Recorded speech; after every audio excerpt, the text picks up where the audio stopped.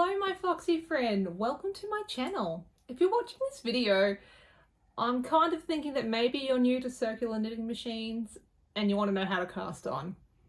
I've got you, don't worry. This is your standard method of how to do that. It's super simple, super easy, and yeah, you'll be a pro in no time. Let's get into it.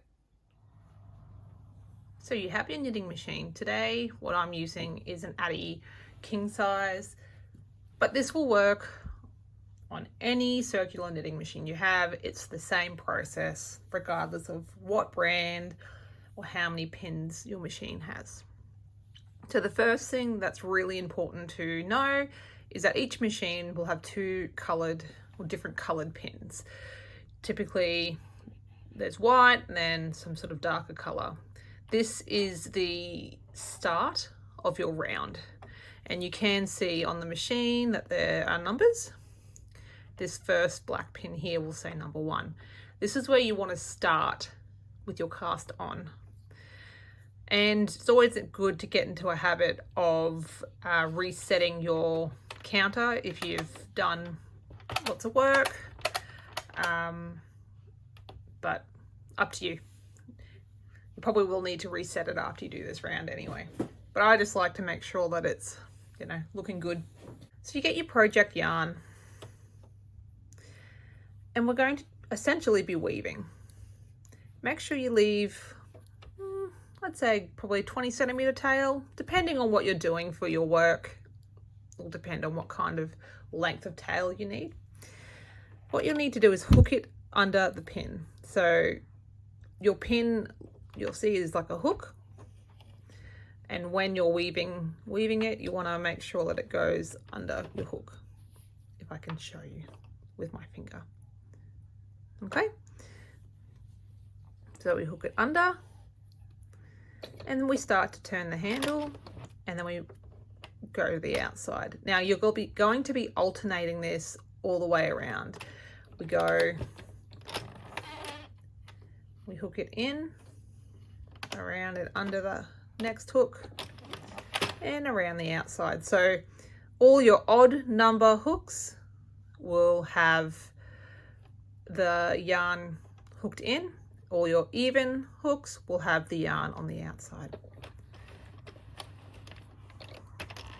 When you're first learning this, it's really good to go slow, because if you miss a hook, to say you do this accidentally and you hook 2 behind in a row, what that means is when you start to work your rounds, these will become drop stitches, and you don't want that. And it's the same if you hook 2 in a row together like this. Same thing, it's going to drop. But the great thing when you're casting on is you can weave back. So if you just turn the handle back, you unhook whatever mistake you made, it's not going to drop any of these. It's probably the only time when you're working with the circular machine, if you're going backwards and forwards like this in the round setting, it's not going to drop any stitches because you're casting on.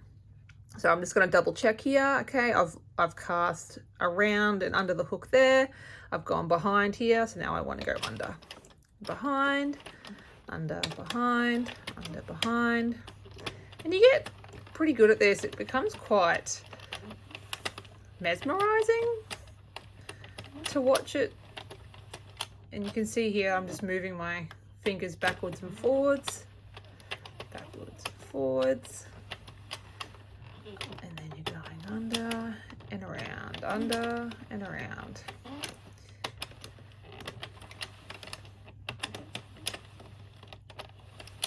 Now, you can see here, I've reached the end. So on this machine, it's the 46th pin. Oh, I don't think I said that right. Pin number 46. You can see here, the black one there is the start of my round, and I've already cast that one on.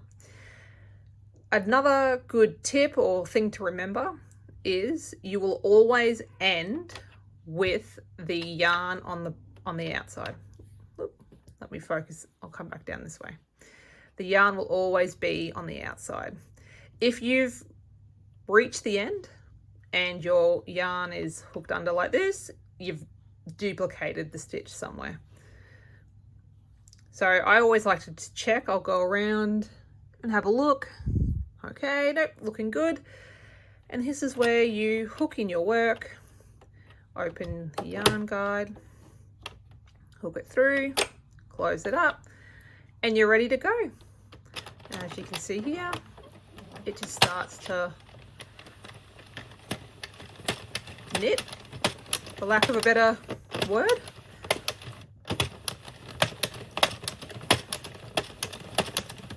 And that's how simple and easy it is to cast on.